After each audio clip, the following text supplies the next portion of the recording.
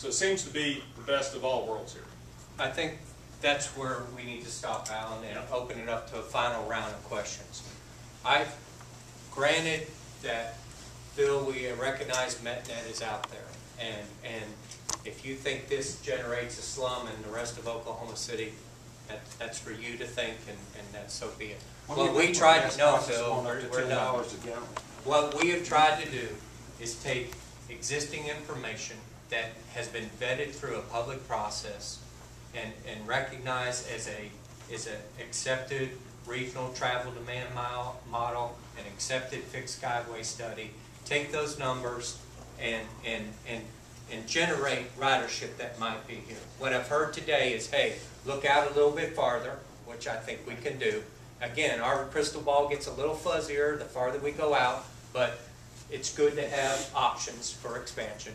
We also heard about lines that might be not in the fixed skyway study, but might be in the future. Legitimate concerns. I think that's the focus of another study down the line, but we can make sure that this hub is accommodate those as much as we can feasibly think about those being lines into the future. I think when it's all said and done, the advisory committee looked at this, and I'm going to speak for them, but some of them are here, they can speak for themselves. They looked at it and said, it makes sense. It achieves the transportation and mobility. It serves as the centerpiece for the system because all those regional and commuter and high speed, they do kind of converge right here, and they converge, and the rail yard works, but the building works also, and it achieves an economic development goal of tying Bricktown and downtown together, which is something I think this city has struggled with and has desired for years and years and years. And so we think, and we recommended to the advisory committee that this is the site that the hub should be located on. And we get agreement on that. The next step is to develop this further. This is not the end of the process. We still have a lot of work to do. So we got about 10 minutes to answer any last questions. So let me see if anybody, and I just want to make sure that if anybody else hasn't asked a question and wants to ask one now. Okay? Yes, sir. You're talking about austerity, you're talking about the expense of operating trains, how not everybody that wants trains can afford them. Where's the Mail and Express facility here to support the trains, the long distance trains? For Amtrak? It's only Amtrak that carries Mail and Express. And they currently don't have a facility. Friend, any long distance train that's going to survive in the, as you say, austere environment we're going into is going to have to pay its way. Okay. And Mail and Express have always paved the way for the United States long distance passenger trains. You're referring to Amtrak. I'm referring to any long distance train. We've incorporated that. You'll see that as we develop this further. It's part of the facility needs of the program. You don't have room for it. Sure we do. We'll show that to you as we develop the program. We got freight elevators that will be going up to each platform. Yeah, I know. Mark, hold on. Let me get there right behind you. Pardon me.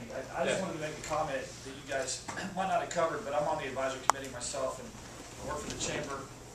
So it says it's an official position, but talk about the flexibility of the platform. That if funding concerns are a good thing to bring up.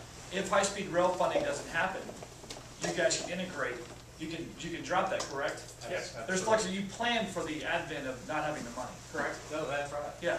I mean, that is a high-speed rail and commuter rail platform. So whoever comes first, all we're trying to do, because our crystal ball isn't perfect, what we're trying to do is not preclude things from happening that people are talking about now. High-speed rail, commuter rail, Amtrak, streetcar, things like that. So absolutely, what we try to do is design it and plan it in a way that it is maximum flexibility going into the future. Doug, let me finish that thought. But essentially what we've developed here is a master plan that looks out into the future. Obviously what gets built first is going to be some percentage of this. Maybe it's only 10% of it. But the next step we have to look at is when are these things going to happen? And again, we're going to project that. But the high-speed rail platform may not happen for 20 years. Maybe the commuter rail platform does. So maybe we have a 300-foot platform that expands to 900 feet. We'll be going through that scenario as we move ahead. But we may not have to build anything initially just for the streetcar. When the commuter rail line comes on, we start to add those components. And we'll be doing a phasing plan so we understand how those components get added on and we don't put something in the wrong place initially because of where it needs to go in the future. So Marion and then Mark. This has come up before, and I think it's just really good to be reiterated. This process didn't start because we're trying to figure out how we're going to build a high-speed rail station. Right. High-speed rail is sexy, the trains look great, we may have it, we may never not. This isn't designed, we're here for a regional regional transit system, and if we have high-speed rail, we need to figure out where you would incorporate it, but it's not driving this design.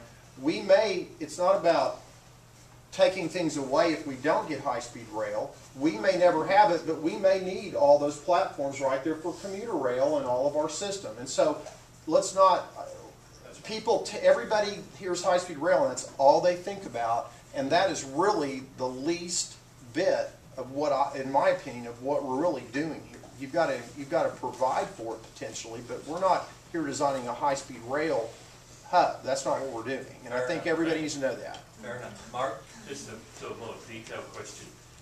You've got the freight track immediately against the existing platform on the eastern side, and then just the Amtrak and what will become the bay platform, the through platform there. Seems to me a bit of a waste of a platform face. If you've just got the freight traffic there, I mean, you're going to have to fence off the back of that platform. Seems to be just a little bit of a waste there. Yeah, what we tried to do, Mark, is accommodate Amtrak because it's the only one that is operating up there right now. Okay, and so we didn't want to rock their world and change up that contract that they have with people. So we tried to accommodate them as is. The reality is as this thing becomes more defined and commuter rail takes shape and the streetcar, all these things stop being talked about and planned and start coming into reality, the way this rail yard lays out may be very different from that. I mean, we could see the freight rail moving all the way to the west side and I mean, it could happen a lot of different ways. What we wanted to show is that there's room for platforms and rail lines and freight and commuter rail all working together. Alan, you addressed that.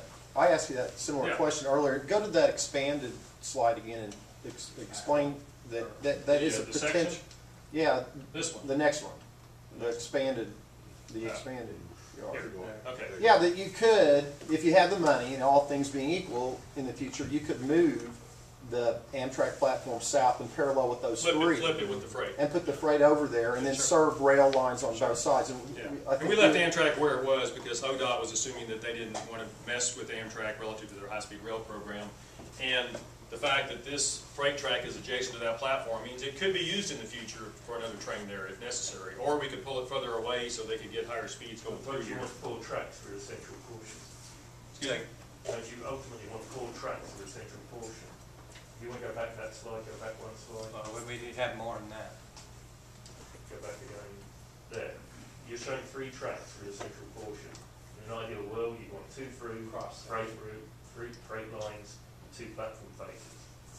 That seems to me a bit strange just looking at that. I haven't seen many stations like that. Well, again, but that's trying to keep Amtrak where it is. Because they're the only ones that have a contractual arrangement to operate up there now, and BNSF. So again, we got to start somewhere. Well, and what we're from here trying to over do is how it's going to operate 6 months from now. Yeah. From here this way. But we're maintaining that essentially. Jeff? I just want to clarify, because I try to do this every meeting, what MAPS is paying for versus the ongoing studies. By 54% of the public vote, we were able to raise $130 million for transit initiatives in Oklahoma City, 120 of which is proposed to go to the modern streetcar system going throughout downtown. But, and Pete White is here, our councilman, council pushed to add $10 million on top of that base budget for the streetcar to propel commuter rail initiatives forward. And what we hope to do is make judicious recommendations to the council on how they might expend the $10 million that's been budgeted for commuter rail infrastructure. And that essentially would be the kickstart money to purchase the existing facility, perhaps,